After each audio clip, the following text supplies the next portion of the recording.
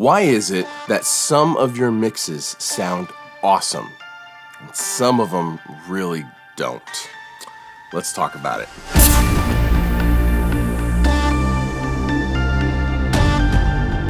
Hey everyone, I'm Cole Caparoon. Thank you for stopping by for another video. This is something that we all struggle with. I still struggle with this from time to time where sometimes a song is just really hard to get to the finish line and make it awesome.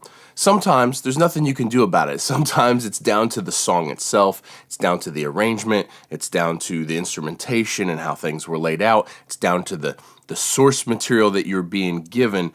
But what I want to talk about today is a couple techniques that will hopefully help you have way more consistent mixes. Now, many years ago on a show called Pensado's Place, Jack Joseph Puig was on there, and I believe it was episode 22, and if I can find that episode, I'll link it down below, and I strongly encourage everyone to go watch it, because it changed my life. Honestly, it really did. But he was talking about how he got a song to mix from whatever band, Counting Crows or something, it didn't really matter. And he was the third mixer that it had been given to. And for whatever reason, the other mixers just couldn't make it work. And they couldn't figure out what was happening and what was wrong. And so he got the mix up on the desk and pushed all the faders up. And it just felt super weird to him. But as he kept trying to figure out what was wrong, eventually he figured out that there was a synthesizer. He was like feeling with all, he was like using his sense of touch, not just sense of hearing, to figure out the problems with this. And this is the principle that kind of rocked my world. He said that as he put the faders up and he was trying to figure out what was wrong, he noticed the feeling on the desk itself was different. Why was it different? Long story short, what ended up happening is apparently there were a whole bunch of analog synthesizers in this mix that had a bunch of 5 and 10 hertz, I think he said. And it was just whenever that hit the mix bus, whenever those synthesizers were up in the mix, the whole thing just fell apart and folded over on itself, and it just didn't work. But he attributed finding this to his sense of touch, that we don't just mix with our ears, and we don't just mix with our eyes, but we need to incorporate every single sense that we have into this. And so I began experimenting with this, and it has become a real fundamental part of how I judge a mix and how I judge character in a mix.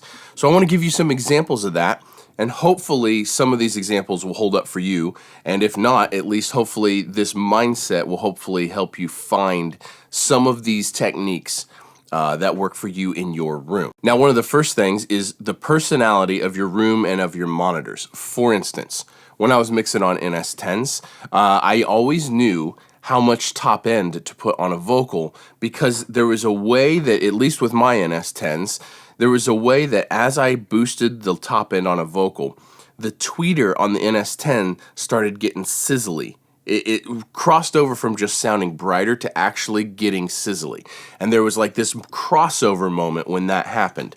And I knew that as I was boosting top end on a vocal, as soon as I crossed that threshold, it was subtle. You got to really pay attention to this stuff. But as soon as I crossed that threshold on the NS10s, I would turn the top end up and up and up. And as soon as I felt that sizzle start, that's the right amount of top end for every vocal. That was my metric.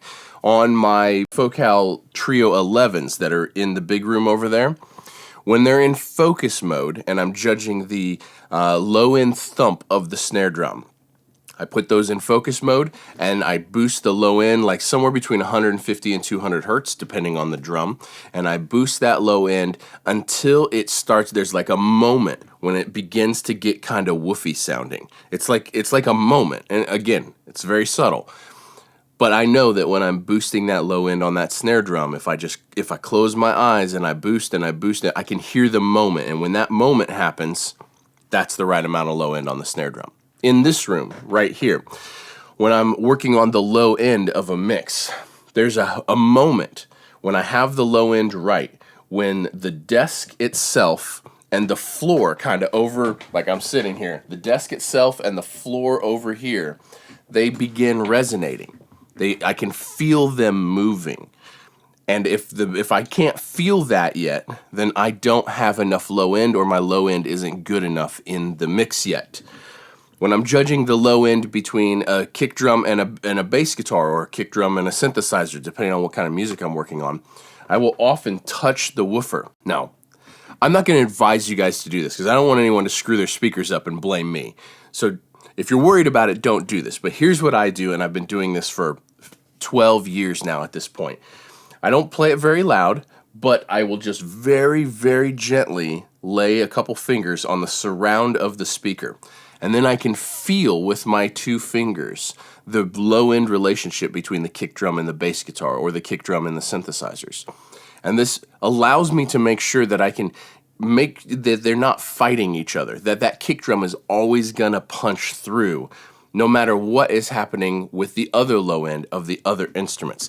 Now, there's probably a ton of examples of this, but what I wanted to do is just explain this, because what I would encourage you to do is pay attention to these little things. Find these little nuggets, these little things that happen in other areas of our senses, not just in our ears. And pay attention to those, and those can be markers for you. It's part of learning a room. It's part of learning a set of monitors. And honestly, I think it's part of growing. I think a lot of top-tier mixers probably do this subconsciously without really thinking about it. They just know that in their room, when the low end gets to a certain point, when it hits just this certain way, that it's right. But it's more than them just hearing. We're using our sense of touch and our sense of feel to identify when this stuff is right. Now, there are links down below to every piece of gear that I use, and anytime you guys need any piece of musical gear, you can jump on any one of my videos and click on any one of the links in the description, and once you've clicked on any one of those links, you can purchase anything you were gonna buy anyway, and doing so costs you nothing extra, but it goes a long ways to help support this channel and help me keep making videos like this. So thank you. Those links go to Sweetwater. So thank you, Sweetwater, for sponsoring this video. And thanks to you guys for using those links anytime you need to purchase anything. I very much appreciate it. If you have any things like this that you do, please drop them in the comments below. I would love to hear any of your little quirks or any of your little things, your isms that you do in your mixes that lets you know when something is right. Let's all help each other out here. And in the comments, if you see someone ask a question in the comments and you have the answer to it, chime in. Let's all try to help each other. Let's all try to help each other be better engineers, because that's how we all make better music. Thank you guys for watching. I'll see you in the next one. Peace.